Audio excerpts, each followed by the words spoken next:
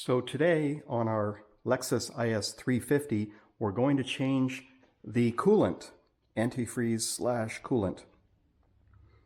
And I'm going to show you step by step how I do it. So the sticker on the hood says vehicle factory filled with Toyota super long life coolant. Initial replacement 100,000 mile maximum. Thereafter replace coolant by the recommended schedule. So the pink stuff, Toyota super long life coolant. One of the things I picked up from O'Reilly Auto Parts is this no spill or spill proof coolant fill kit. It's just a funnel with attachments and it's kind of expensive. Same price as AutoZone, but they were all out. They had the OEM Tools one that has a little valve here instead of a stick. But I thought I'd try this. In the past, I've always just done it the cheap way with a plastic 1-liter Coke bottle made into a funnel. You can see the heat melted it a tiny bit, but not much. And as the coolant comes up from the neck of the filler, it's not going to go on the outside. It's actually going to follow it up inside here. And you can cut this off as tall as you want, but that's a low budget way. If you don't want to spend the $44.99 to get this, just get yourself a Coke bottle, cut it in half. Probably should be taller than this one, but I've used that for years. But when you have coolant left over at the end of the job, trying to get this off, you're going to have a bit of a mess. So that's where this comes in handy, because it has this stopper stick that you put in there, and then whatever coolant's left over you can take off and put back into your original jug of coolant and not waste it. So people are going to ask at the end, what do you do with your old coolant? That's really up to where you live. It is deadly. If animals drink it, don't leave it outside. Dispose of it. Some auto parts stores will take it back and recycle it. But other places let you put it down the sanitary sewer system, meaning down the toilet. Some areas don't let you. All depends on where you live, but I would recommend check with your auto parts store first and see if they'll take your old coolant back. The first thing we're going to do is drive up on some Rhino ramps, whatever ramps you have. The Rhino ramps are low enough profile so that I don't need to put wood blocks to clear the bumper. And also we're going to chock the rear wheels so the car won't move for safety. All these covers, take this one off, and then we're going to remove 16 plastic rivets to remove the front cover and the 2 side covers. After those are off, we're going to get under the car and remove a couple of trays under the car. And these are simple enough to remove. Get a pick or a small screwdriver and just gently work that out and then pull it out. Do all 16 of those. So now there's 2 thumb screws, one by the oil dipstick. See right here. And you can just loosen that up with your fingers.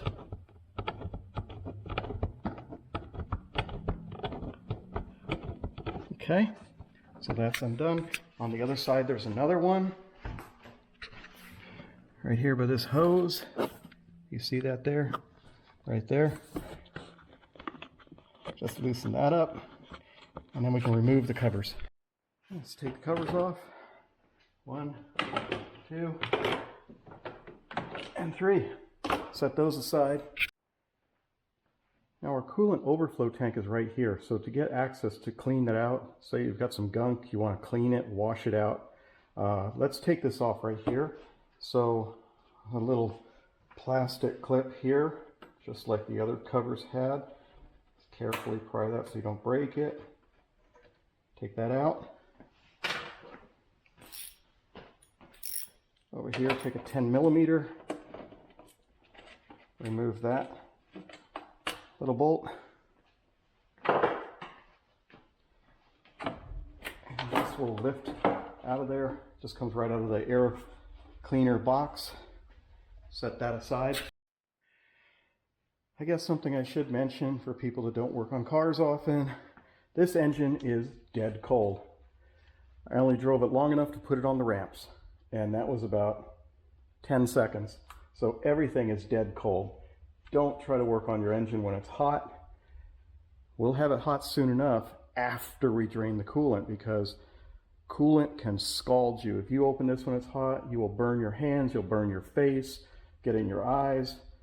Like it says on there, attention, caution. Looks like, oh, this is never open when hot, so make sure it's cold. And if we want to get this out, we're going to have to remove the clip for this wire. So on the back side of this, we'll squeeze those tabs together, pull the wire out that way. And we got enough room to work here. And there's one last 10mm bolt here holding in the coolant overflow tank. Take that out. And then just remove the cap. And then we can work this tank out of its home. Oh, one more bolt on this side I forgot to mention. Underneath that hose. One more 10mm right next to the neck of that.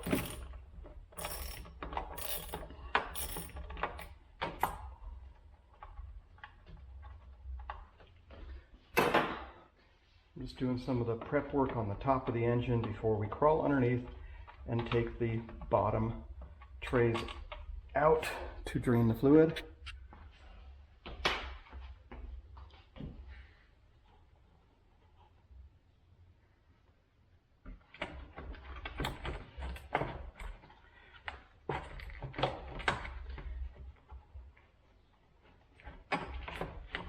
There we go.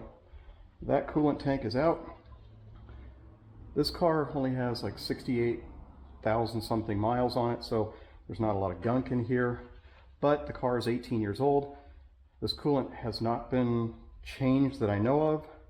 I've had the car since 2012 and very low mileage when I bought it. I think less than 26,000, 27,000.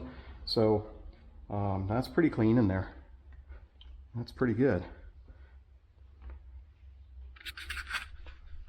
Next thing we'll do is take off this radiator cap.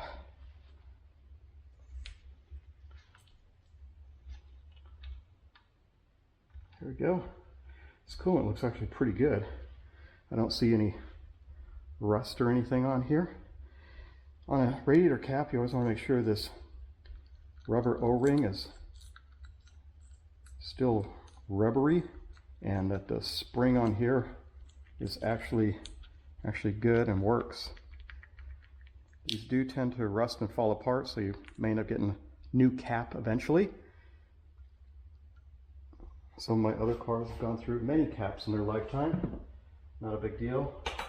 They're not too expensive. One of the things I wanted to point out on this engine, with all these covers removed, and this is a 2GR-FSE engine, a 2006 Lexus IS350.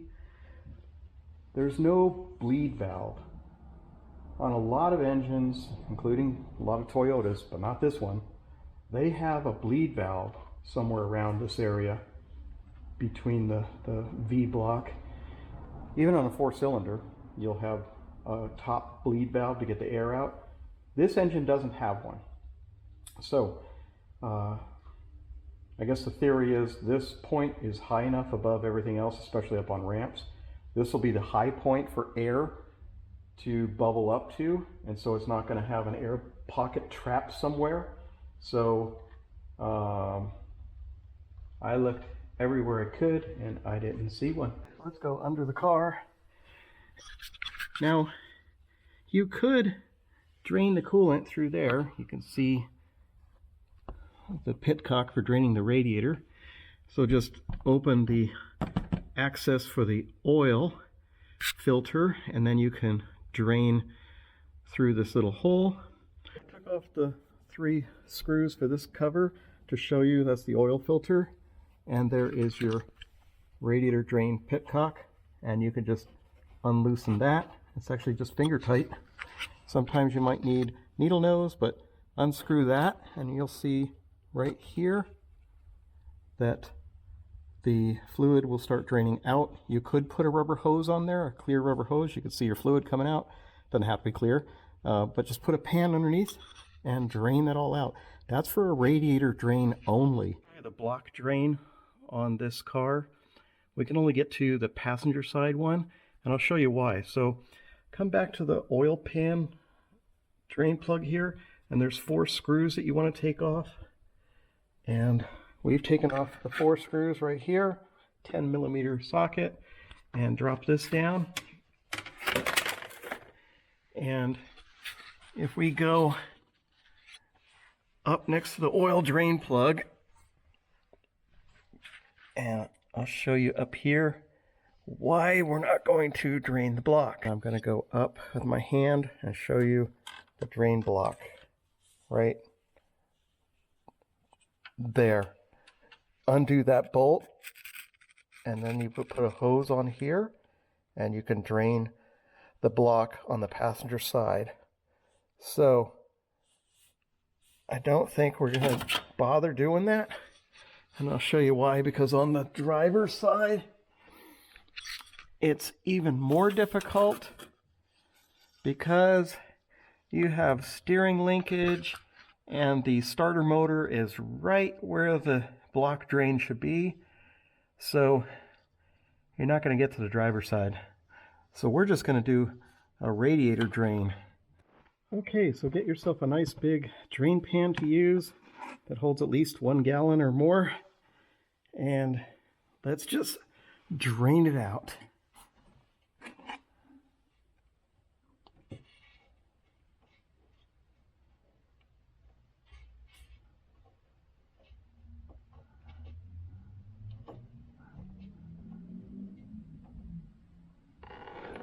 There we go.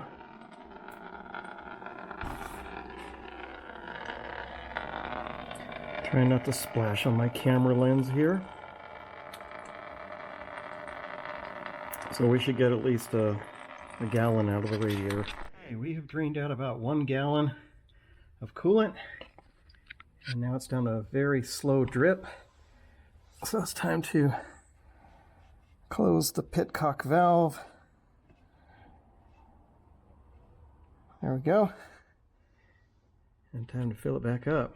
Okay, I gave this a thorough bath, and this is ready to put back in now. What I'm going to do is fill up the overflow reservoir. I probably should have showed you before I put it in, but I marked it with a Sharpie. You can see the full line here, and then down here, see, put my hand into there. Down here is low, and then up here is full.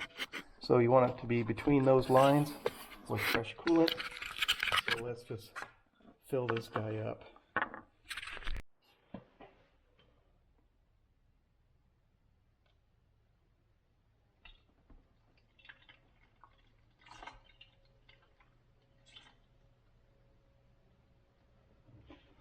Okay, top this off.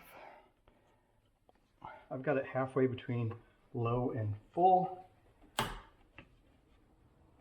and I'll top it off when we're all done.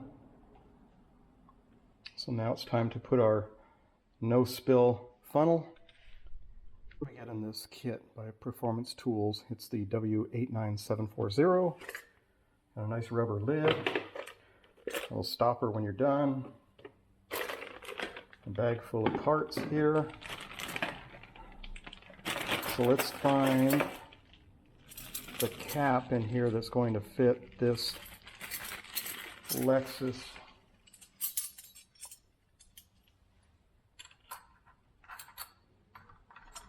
a little on the loose side.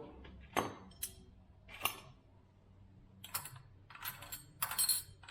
little on the loose side. Probably because we don't have the piece in the neck of it. Let's see which one fits in there. Nope.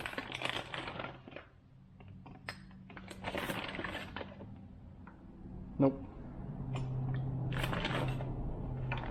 Nope. That looks pretty good.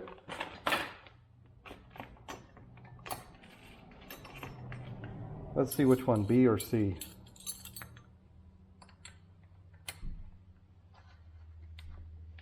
Well, B fits pretty good. Let's see if C is any different.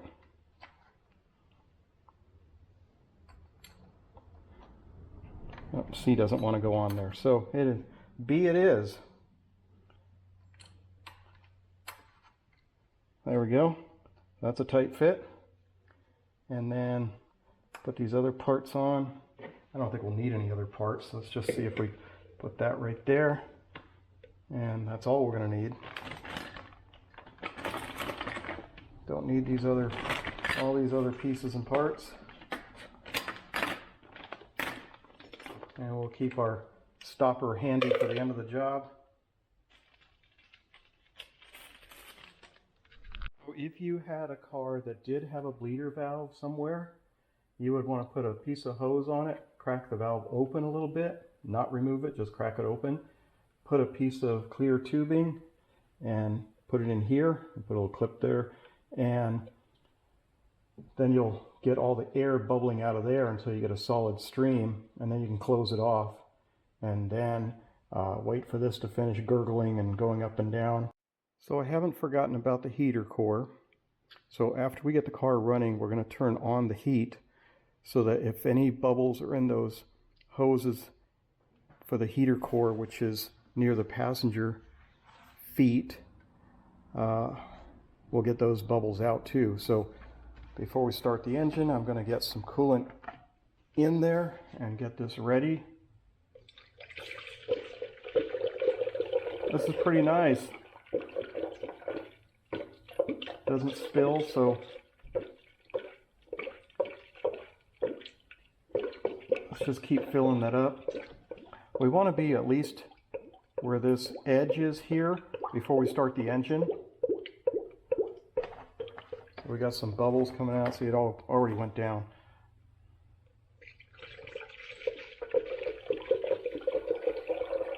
It should take about a gallon because that's what we drained out.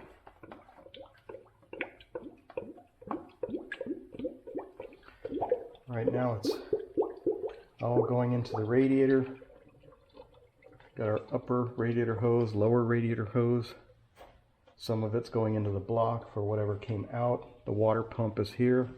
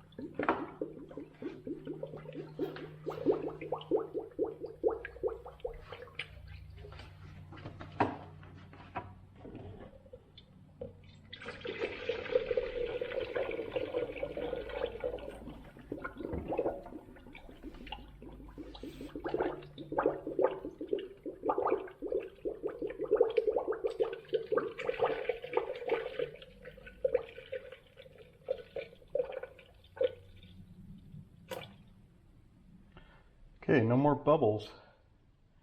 So let's get it up to that edge before we start the engine.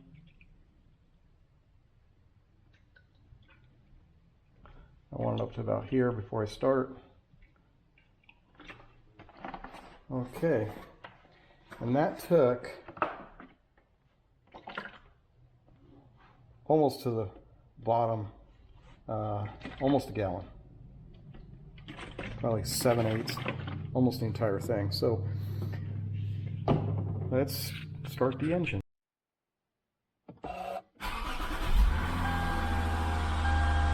Okay, we have 68,630 miles, and let's put the heat on. Do the heat. Temperature. Let's do the dual. And we don't really need the fan blowing. We'll put it on the low. But we want the heat all the way up so that so 85 high. That way the heater core valve is completely open. Any bubbles will get out of there. Let's let this temperature come up and keep an eye on our coolant level. Engine running, you can raise the RPM to 2500 to get it warmed up faster. What you're waiting for is the thermostat to open, which right now the coolant is just circulating in the engine block. When the thermostat opens, it will allow water to go to the radiator and flow down and then come back up the lower return hose. But until the thermostat is open, your radiator is isolated from the engine. So there could be air trapped somewhere.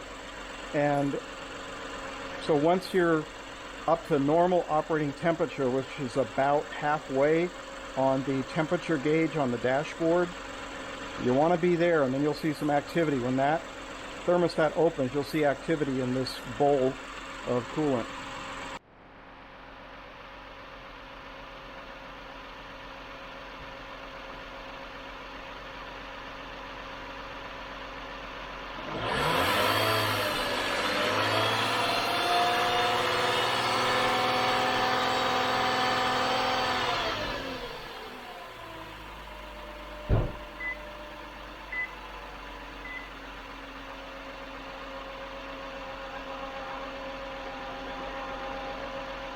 The other thing we're waiting for is for both of the radiator fans to kick on. When it gets hot enough, if the thermostat opens and hot water goes into the radiator, then the fans are going to kick on. Right now I'm looking down there carefully and the fans are not on yet.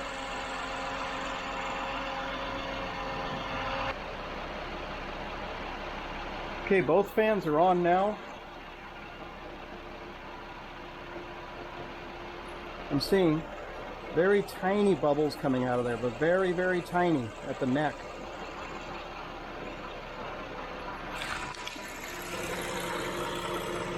You can see a couple of bubbles coming up.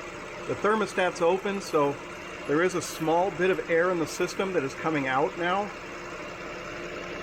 We'll just wait for all that air to come out. I'm going to rev the engine a little more so we can make sure all the bubbles are out. Make the water pump spin faster. And if we look down here, you can see the fans are spinning.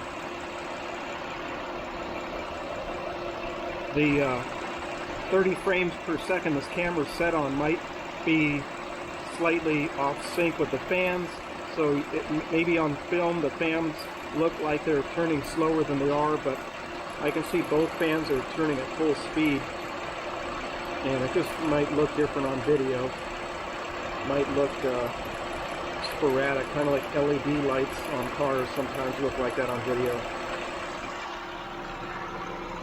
I don't see any more bubbles. I'm going to rev it a little, see if any come out.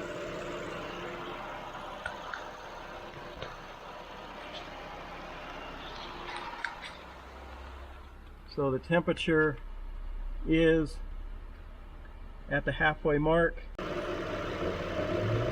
Still got bubbles coming out. I'm going to burp this thing. I'm going to squeeze the hose here and burp any air out I can, because this hose itself, there's a high point, might have air. So I'm going to squeeze it.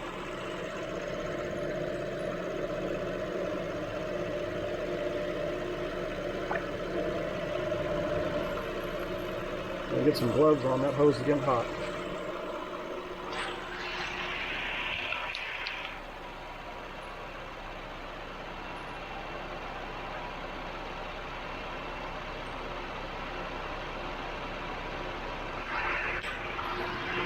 Okay, got a glove on. Be careful of the fan belt, stay away from it.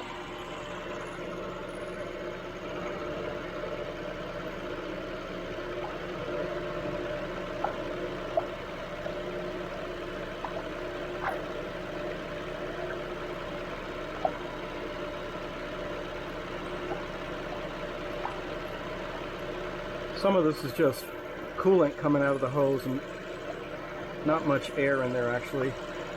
It's just splashing around.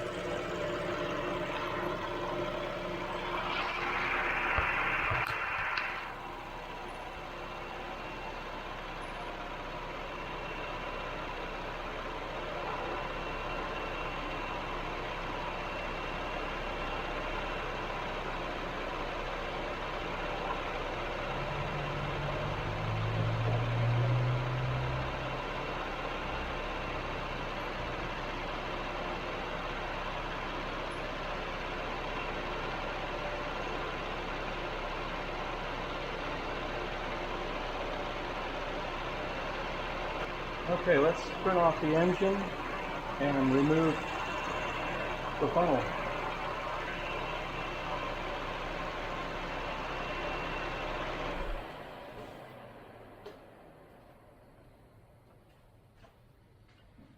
Okay, so this comes with a handy stopper stick.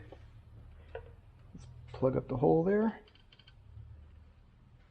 And then you can put this on just if you don't want to spill. It's not necessary, but let's get a cloth because a little tiny bit's going to come out of the bottom there. I'm going to put on a glove too because that's going to be hot liquid.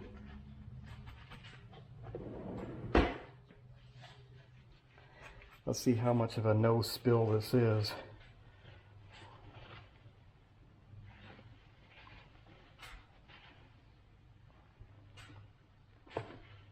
Okay, look at that. Nothing coming out of there, that's good. Just a little bit in the neck, and we'll just sop that up so we don't have any spillage. So this can go back in our coolant jug. So this is all very, very, very hot. Let's sop up some of this here out of the neck.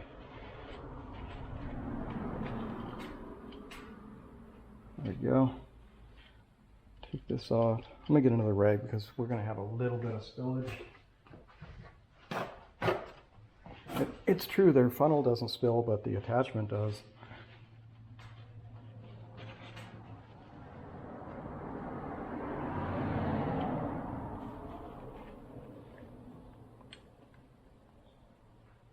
There we go.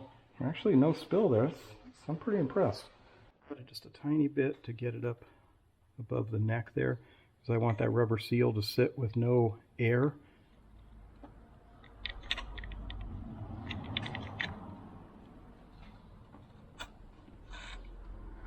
Okay, so in theory, the reason you have a coolant overflow is you don't want coolant on the road, of course, because that's pollution. And also, as you have some overflow, if it sucks anything back in, it won't be sucking air because there's a tube going to the bottom of this tank. So if it overflowed and then drew back again, it will be sucking in fluid, and any overflow would go out. And if there was bubbles in here, they would go out into the overflow tank, and then because the hose is submerged under the fluid, they would just bubble out and not be drawn back into the system. So it, in theory, is actually bleeding any air bubbles out every time this radiator cap gets hot enough to open and let some coolant out into the overflow tank. So there should be no air in the system now. The system is completely hot. We're going to top off our coolant overflow up to the full line. Not above it, just to it.